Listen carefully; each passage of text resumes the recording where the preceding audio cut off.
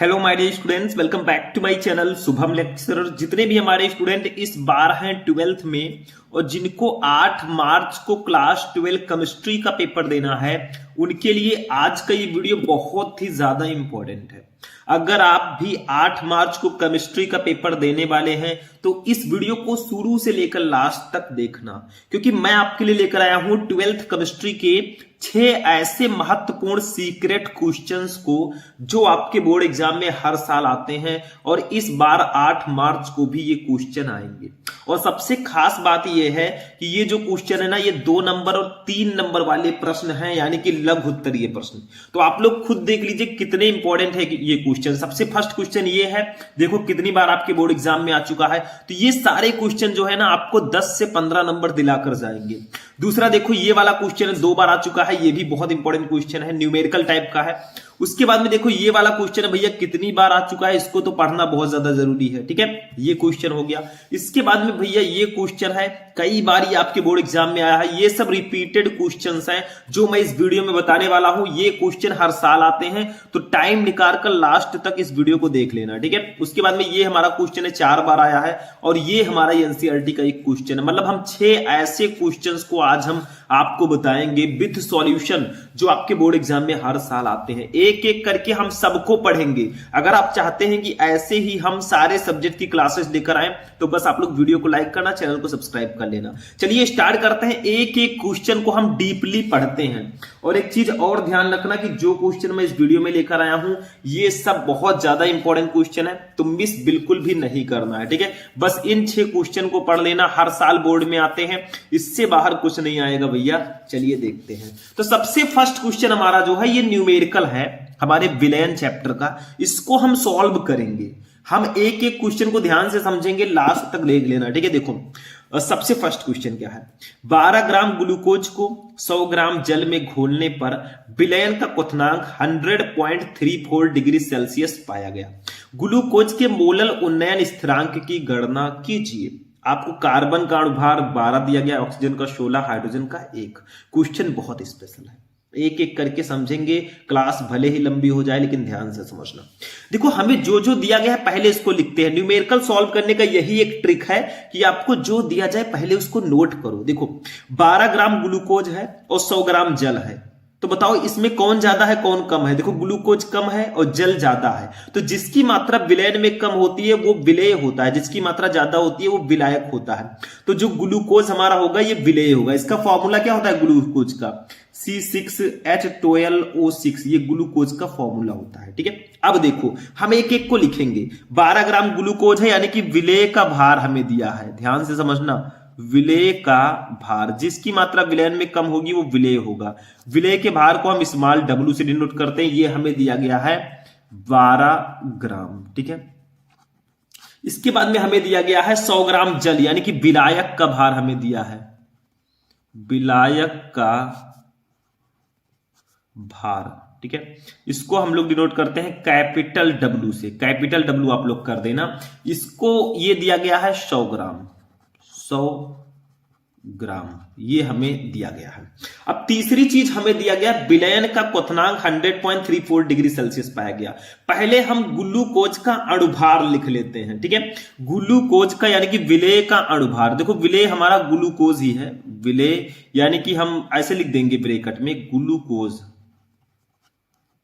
ठीक है, का अणुभार, अणुभार, ठीक है। इसको हम लोग डिनोट करते हैं कैपिटल इसको हम लोग डिनोट करते हैं एम से, ठीक है। किससे डिनोट करते हैं, एम से आप लोग डिनोट करेंगे।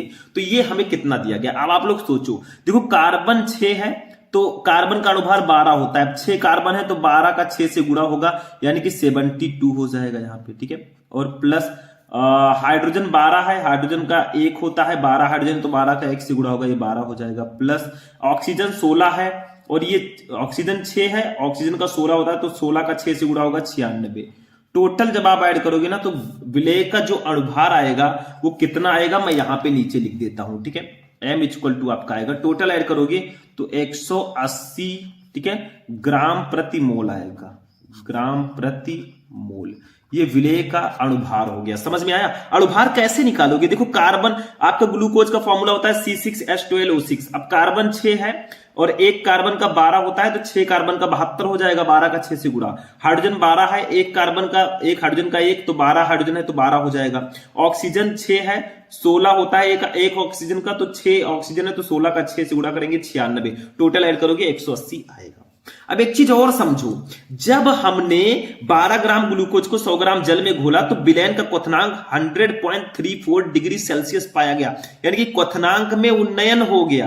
अब क्वथनांक में उन्नयन कितना हुआ उसको निकालेंगे। देखो क्वथनांक, देखो भैया ये 3 नंबर और 2 नंबर में आते हैं तो थोड़ा सा मेहनत करना पड़ेगा, ठीक है। तो क्वथनांक का उन्नयन, ठीक है, इसको हम लोग डिनोट करते हैं स्टूडेंट डेल्टा टीवी से। तो डेल्टा टीवी, अब देखो डेल्टा टीवी इक्वल टू क्या होगा, जो हमारा ये जो क्वथनांक है इसको हम लोग विलयन का क्वथनांक यानी कि टीएस, ये विलयन का क्वथनांक हो गया, माइनस T0 यानी कि शुद्ध विलायक का क्वथनांक, यानी कि जो हमारा क्वथनांक ये है, जो बढ़ा है क्वथनांक, इसको हम जो शुद्ध विलायक का क्वथनांक होता है उससे घटा देंगे। तो देखो हमारा टीएस जो दिया गया है बढ़ा जो है 100.34 डिग्री सेल्सियस है, तो यहां पर लिखेंगे 100.34 माइनस, देखो शुद्ध विलायक का क्वथनांक 100 होता है तो यहां पे 100 कर देंगे, कर दिया हमने। तो फाइनली हमारा जो डेल्टा टीबी आ जाएगा, डेल्टा टीबी, देखो कैसे पता चलेगा कि कितना बढ़ा है, तो जितना है उसका शुद्ध विलायक के क्वथनांक से घटा दो, तो हमारा देखो 100.34 डिग्री सेल्सियस को 100 से घटाएंगे तो 0.34 डिग्री सेल्सियस आएगा, इतना आएगा। समझ में आया? 100.34 को 100 से घटाओगे तो 0.34 ही आएगा। तो ये क्वथनांक का उन्नयन हुआ कि मतलब कितना क्वथनांक बढ़ा है। देखो शुद्ध विलायक का क्वथनांक 100 होता है, जितना बढ़ा है उसको 100 से घटा देंगे तो हमारा क्वथनांक का उन्नयन आ जाएगा कि नहीं आ जाएगा? बहुत आसानी से आ जाएगा, ठीक है। अब हमें निकालना क्या है, ग्लूकोज के मोलल उन्नयन स्थिरांक की गणना कीजिए। आपको निकालना है मोलल उन्नयन स्थिरांक, मोलल उन्नयन स्थिरांक, ठीक है, स्थिरांक, इसको हम लोग डिनोट करते हैं मेरे स्टूडेंट केवी से, और ये हमें निकालना है, ठीक है, ये हमें निकालना है। कैसे निकालोगे? अब हम फॉर्मूला लगाएंगे। देखो मोलल उन्नयन स्थिरांक केबी का जो फॉर्मूला होता है वो डायरेक्टली मैं बता देता हूं। केबी इक्वल टू आपका फॉर्मूला जो होता है वो होता है delta TB into M into capital W upon 1000 into small W, ठीक है। ये होता है हमारा फॉर्मूला मोलल उन्नयन स्थिरांक का। इसको कैसे निकाला मैंने, देखो ये जो हमारा यम है ना, इस यम को, इस एम का फॉर्मूला होता है KB into 1000 into small W upon delta TB into capital W. अब इसी एम के फॉर्मूले से हमने ये निकाल लिया, केबी इक्वल टू आपका ये फॉर्मूला होगा।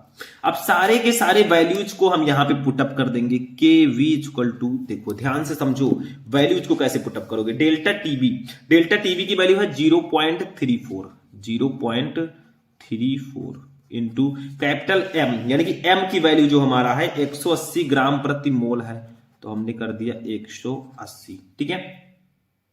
इसके बाद में देखो कैपिटल डब्ल्यू की वैल्यू कितनी है, ये देखो 100 ग्राम, तो हमने इसको लिख देंगे हम इंटू 100 ग्राम, ठीक है। सब वैल्यूज को केवल रखना है अपान 1000 इंटू स्मॉल डब्ल्यू, यानी कि विलेय का भार कितना है 12 ग्राम, तो भैया इसको 12 लिख देंगे, ये देखो 12 लिख दिया हमने, ठीक है। अब इसको सॉल्व कर लेंगे।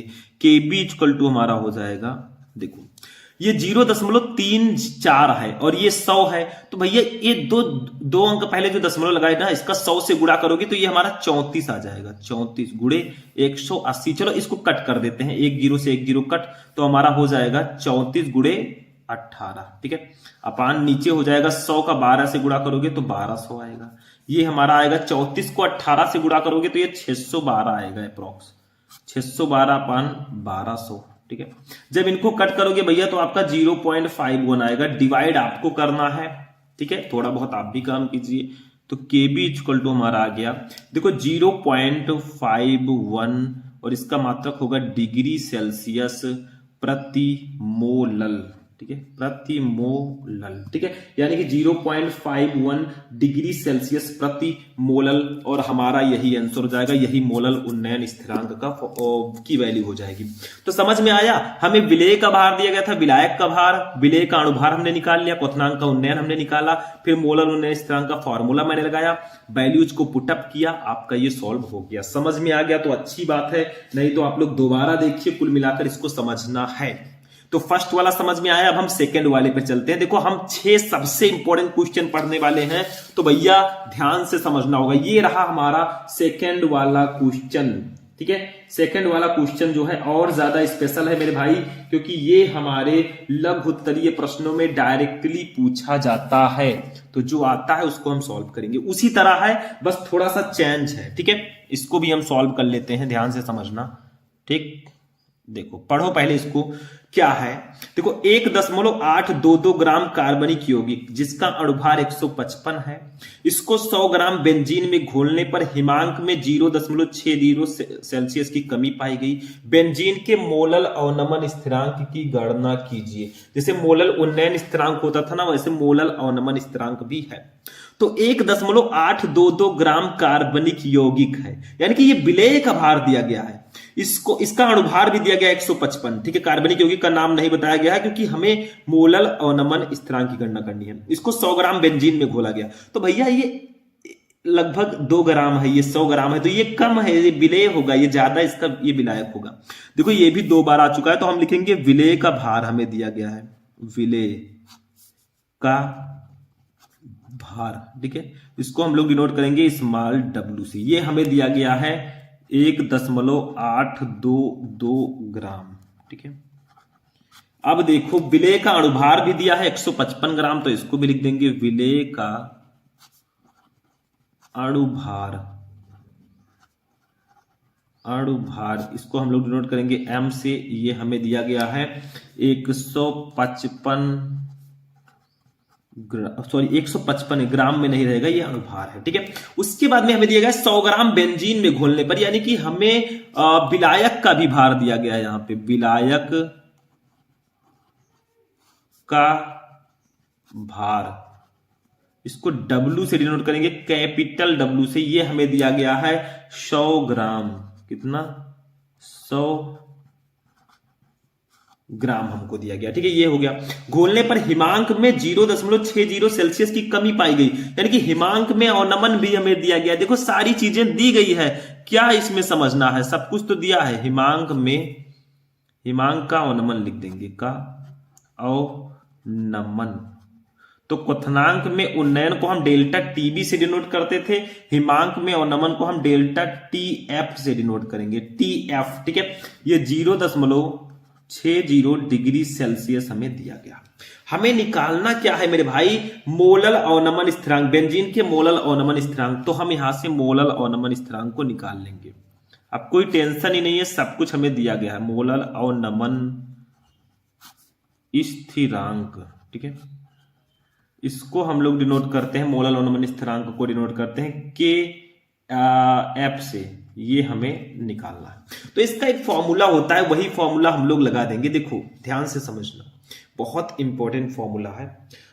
यहां पे देखो क्या होता है, K F equal to molal अवनमन स्थिरांक, के एफ इक्वल टू हमारा होता है, K F equal to M into delta T F into capital W upon 1000 into small w। लगभग उसी तरह है जो अभी मैंने आपको बताया था, बस यहां पे फर्क क्या है मेरे भाई, यहां पे TF है, TB के जगह पर TF है, KB के जगह पर KF है, बस इतना सा फर्क है। चलो इसको भी करते हैं।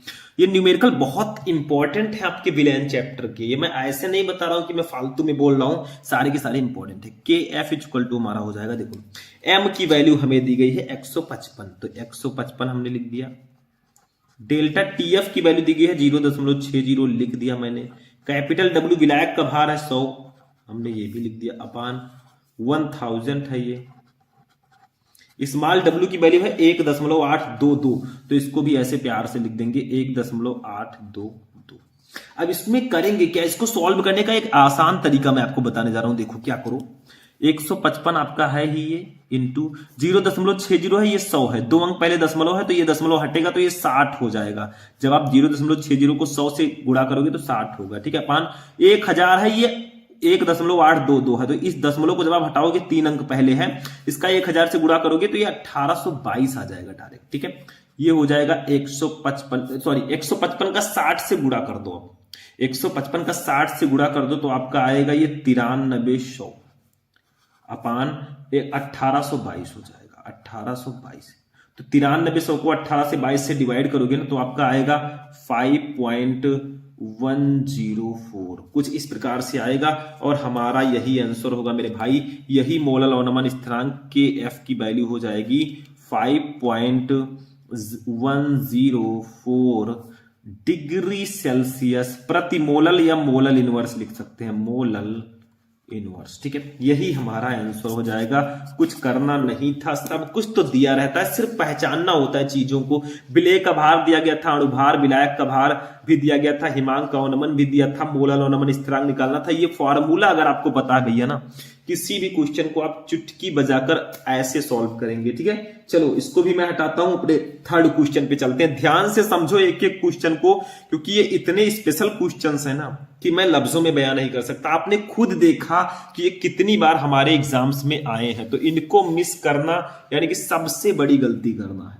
तो इसको भी मैं हटाता हूं और अपने थर्ड क्वेश्चन पे हम लोग चलते हैं।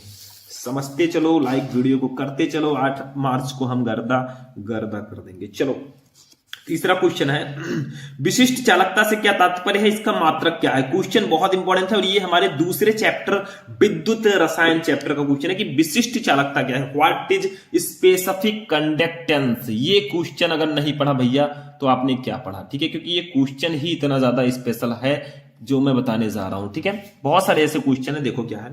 किसी चालक, विशिष्ट चालकता क्या है, किसी चालक के विशिष्ट प्रतिरोध की व्युत्क्रम को उस चालक की विशिष्ट चालकता कहते हैं। मतलब सिंपल सा है, एक लाइन में बताऊं मैं, विशिष्ट प्रतिरोध के व्युत्क्रम को ही हम विशिष्ट चालकता बोलते हैं, ठीक है। इसे हम कप्पा से डिनोट करते हैं। देखो ध्यान दो, इसे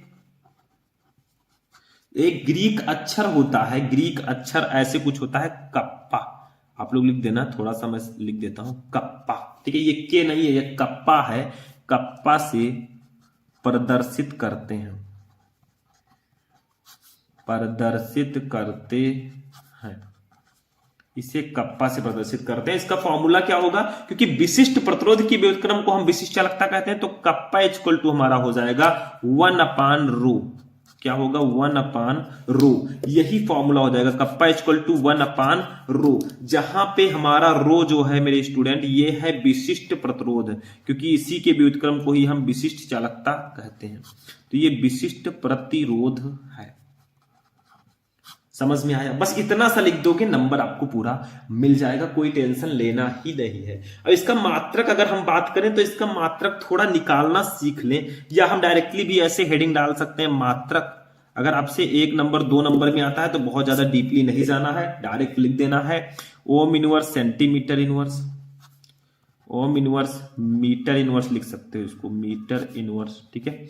या आप लिख सकते हो ओम इनवर्स सेंटीमीटर इनवर्स भी लिख सकते हो, ठीक है। या साइमन सेंटीमीटर इनवर्स भी लिख सकते हो, साइमन सेंटीमीटर इनवर्स, ठीक है। ऐसे होता है इसका मात्रक, तो आप लोग समझ सकते हो। कैसे निकालेंगे आप लोग, देखो क्या करो, रो का फॉर्मूला लगाकर, थोड़ा सा मैं बता दूं निकालना, आप लिखिएगा नहीं, समझ लीजिए थोड़ा सा, ठीक है। देखो कैसे निकालेंगे, चूंकि कप्पा इक्वल टू 1/ρ होता है, रो है विशिष्ट प्रतिरोध, तो रो का फॉर्मूला होता है R × A/L, जहां पे R है प्रतिरोध, A है क्षेत्रफल, L है लंबाई। R है प्रतिरोध, प्रतिरोध का मात्रक ओम होगा, A है क्षेत्रफल, क्षेत्रफल का मात्रक मीटर स्क्वायर होगा, L है लंबाई, लंबाई का मात्रक मीटर होगा, ठीक है। तो मीटर स्क्वायर से मीटर कैंसिल हो गया, ठीक है, मतलब 1 मीटर ऊपर भी चला गया, तो हमारा रो का जो मात्रक आया वो आया ओम मीटर, ओम मीटर, ठीक है। अब चूंकि मैंने आपको बताया है, चूंकि कप्पा इक्वल टू होता है 1/ρ, 1/ρ, अब रो के जगह पर अगर रख दें हम लोग ओम मीटर, ओम मीटर। ठीक है, तो जब ओम मीटर को ऊपर ले जाएंगे तो हमारे कप्पा का मात्रक आ जाएगा।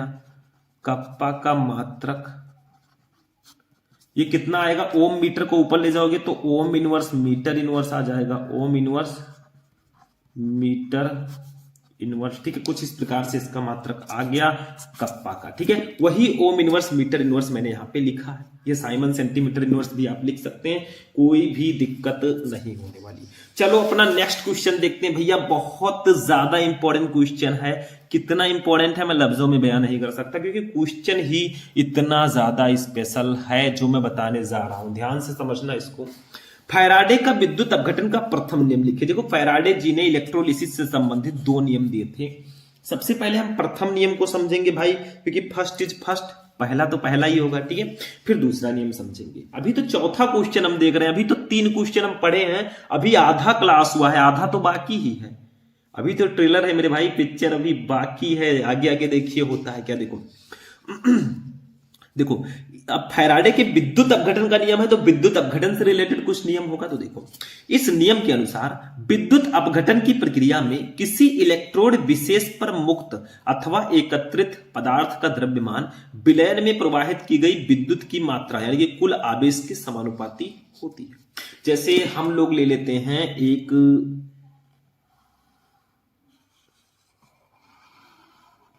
देखो विद्युत, इसमें विद्युत अपघटन की प्रक्रिया होगी। देखो, क्योंकि इसमें 2 इलेक्ट्रोड होंगे, एक कैथोड एक एनोड। ठीक है, मतलब यहां पे एक आपका सेल है समझ लो, इसके अंदर क्या है? एक विद्युत अपघट्य भरा हुआ है। क्योंकि विद्युत अपघट्य जब तक नहीं होगा मेरे भाई, तब तक विद्युत अपघटन की प्रक्रिया कैसे होगी? तो ऐसे कुछ एक विद्युत अपघट्य इसमें भरा हुआ है। यहां पे ध्यान दो, ये हमारे दोनों इलेक्ट्रोड हैं। अब इलेक्ट्रोड 2 प्रकार के होते हैं, एक कैथोड एक एनोड। मान लो ये जो हमारा है ना, इसके अंदर जो विद्युत अपघट्य भरा है उसको हम NaCl मान लेते हैं। मान लो हमने सोडियम क्लोराइड का विद्युत अपघट्य लिया है और इसको नाम दे देते हैं कैथोड। कैथोड, और कैथोड भैया पॉजिटिव होता है, सॉरी कैथोड जो है निगेटिव होता है, तो यहां पे माइनस। थोड़ा अच्छे से देखना।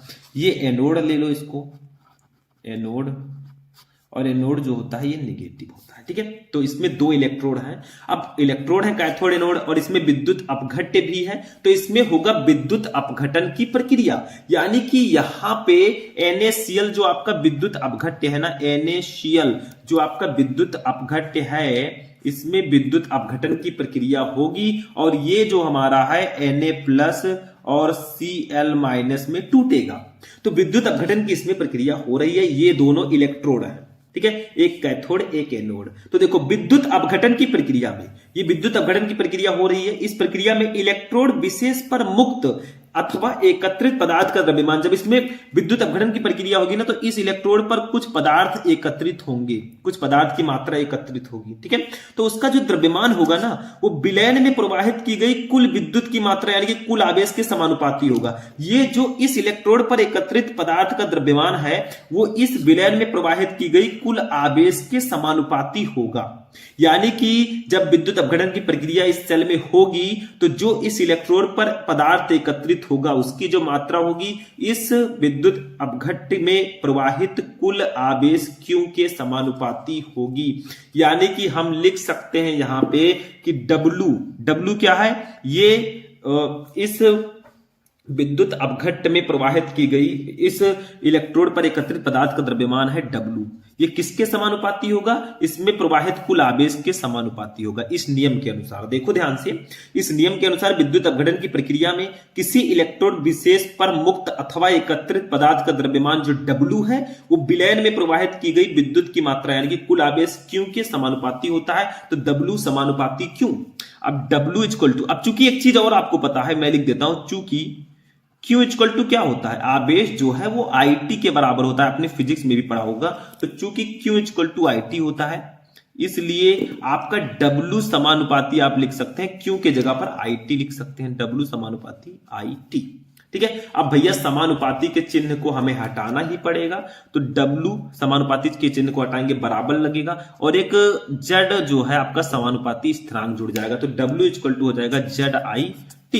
अब आप लोग कहेंगे सर जी W क्या है, तो W है इलेक्ट्रोड पर एकत्रित पदार्थ की मात्रा। Z क्या है, Z है समानुपाती स्थिरांक। I तो पता ही है धारा, T है समय, तो ये है समानुपाती स्थिरांक, ठीक है। या इसी को बोल सकते हैं विद्युत रासायनिक तुल्यांक भी बोलते हैं, ठीक है, विद्युत रासायनिक तुल्यांक, ठीक है। ये हमारा होगा W है इलेक्ट्रोड पर एकत्रित पदार्थ की मात्रा। तो वही कहा गया था नियम में कि विद्युत अपघटन की प्रक्रिया में किसी इलेक्ट्रोड विशेष पर मुक्त अथवा एकत्रित पदार्थ का द्रव्यमान विलयन में प्रवाहित की गई विद्युत की मात्रा कुल आवेश के समानुपाती होती है। जैसे इस सेल में दो इलेक्ट्रोड है, कैथोड एनोड। अब जब इसमें विद्युत अपघटन की प्रक्रिया हो रही है तो इस इलेक्ट्रोड पर या किसी भी इलेक्ट्रोड पर कुछ पदार्थ एकत्रित होंगे, तो उसकी जो मात्रा है इस विलयन में प्रवाहित की गई कुल आवेश के समानुपाती होगी। तो W समानुपाती क्यों, चूंकि Q इक्वल टू IT होता है, तो W समानुपाती IT। W जब समानुपाती के चिन्ह को हटाएंगे तो ये Z एक समानुपाती स्थिरांक आएगा, तो ZIT हो जाएगा। Z है समानुपाती स्थिरांक या विद्युत रासायनिक तुल्यांक, ठीक है। बस हो गया मेरे भाई, ये भी क्वेश्चन आपका कंप्लीट हो चुका है। बहुत इंपॉर्टेंट क्वेश्चन है, एक इन्हीं के भाई हैं हमारे। जैसे पहला नियम था, ये दूसरा नियम, ये भी बहुत ज्यादा आता है बोर्ड एग्जाम में, आप खुद ही देख सकते हो। फैराडे के विद्युत अपघटन का द्वितीय नियम लिखिए भैया, 4 बार आपके एग्जाम में आया है। इस बार भी पूरे के पूरे चांसेस है कि ये आए, क्योंकि 1-2 साल ये पूछा नहीं गया, तो इस बार आने वाला है, ठीक है। देखो समझो इसको खूब ध्यान से, क्योंकि ये हमारा दूसरा नियम है और इस दूसरे नियम को आप बिल्कुल भी मिस नहीं कर सकते। देखो ध्यान से, फैराडे के विद्युत अपघटन का द्वितीय नियम, देखो क्या है इसमें। इस नियम के अनुसार जब श्रेणी क्रम में जुड़े विभिन्न विद्युत अपघट्यों के विलयनों में समान मात्रा में धारा प्रवाहित की जाती है, तो इलेक्ट्रोड पर एकत्रित पदार्थ का द्रव्यमान जो है उनके तुल्यांकी भार के समानुपाती होगा। जैसे उसमें जो एकत्रित पदार्थ का द्रव्यमान था वो विलयन में प्रवाहित कुल आवेश के समानुपाती होगा, लेकिन इसमें क्या होगा, कुछ विद्युत अपघट्यों को श्रेणी क्रम में जोड़ देंगे, ठीक है, और उनके विलयनों में समान मात्रा में विद्युत प्रवाहित करेंगे। तो जो इलेक्ट्रोड पर पदार्थ की मात्रा एकत्रित होगी ना, वो उसके तुल्यांकी भार के समानुपाती होगा। तो जैसे मान लो, हम थोड़ा सा समझते हैं यहाँ पे, क्योंकि ये दूसरा नियम है तो इसको समझना बेहद ज्यादा जरूरी है, ठीक है। नियम तो नियम है, ठीक है। तो देखो इसमें मान लो कि हमने कुछ इस प्रकार से, ये देखो इस प्रकार से हमने 2 विद्युत अपघट्य ले लिए हैं, मतलब 2 हमने विद्युत अपघट्य लिए। अब इसमें 2 चीजें होंगी, आपका जो कैथोड एनोड होगा वो 2-2 होगा, ठीक है, मतलब एक इसमें होगा और एक इसमें होगा। अब दोनों को हमने क्या किया है, श्रेणी क्रम में ऐड कर दिया है, मतलब दोनों को मान लो ऐसे अटैच कर दिया, दोनों को जोड़ दिया है, ठीक है। अब ये भी आपका ये वाला कैथोड, ये कैथोड, ये एनोड ऐसे होगा, और इसमें भी विद्युत अपघट्य होंगे। जैसे आप NaCl ही ले लीजिए, कोई भी विद्युत अपघट्य ले सकते हैं, ठीक है। ये देखो इसमें भी विद्युत अपघट्य है, लेकिन इसमें क्या कहा जा रहा है कि जब श्रेणी क्रम में जुड़े विद्युत अपघट्य, ये दोनों आपस में श्रेणी क्रम में जुड़े हैं, ठीक है, तो इसमें विद्युत अपघट्यों के विलयनों में अगर समान मात्रा में विद्युत धारा प्रवाहित की जाती है, अगर इन दोनों में समान मात्रा में धारा I को हम प्रवाहित करें, तो इलेक्ट्रोड पर एकत्रित जो पदार्थ का द्रव्यमान होगा उनके तुल्यांकी भार के समानुपाती होगा। तो इसमें जो इलेक्ट्रोड पर एकत्रित पदार्थ का द्रव्यमान होगा, W जो होगा, देखो पहले वाले के लिए हम W1 मान लेते हैं, ये समानुपाती होगा तुल्यांकी भार के। अब तुल्यांकी भार को हम E से डिनोट करते हैं, तो पहले वाले के लिए E2 मान लेते हैं। यानी कि दो हमारे विद्युत अपघट्य हैं, ठीक है, 2 हैं, दोनों को श्रेणी क्रम में जोड़ा गया है, इसमें जो धारा है वो समान मात्रा में प्रवाहित की जा रही है, ठीक है। तो एक पहले वाले के लिए हम W1 मान लेते हैं, यानी कि इस पर एकत्रित पदार्थ की मात्रा को W1, ये समानुपाती होगा तुल्यांकी भार के, यानी कि E1 के। ये दूसरे वाले के लिए हम लोग W2 मान लेते हैं, इस पर एकत्रित पदार्थ की मात्रा W2 इक्वल टू हो जाएगा E2, ठीक है, बस हो गया। अब इसको हम ऐसे भी लिख सकते हैं W1 अपान W2, यानी कि इलेक्ट्रोड पर एकत्रित पदार्थ की जो मात्रा है वो उनके तुल्यांकी भार के समानुपाती E1 अपान E2, ठीक है, इसके समानुपाती है कि नहीं है, बिल्कुल है। ये भी आप फॉर्मूला लिख सकते हैं।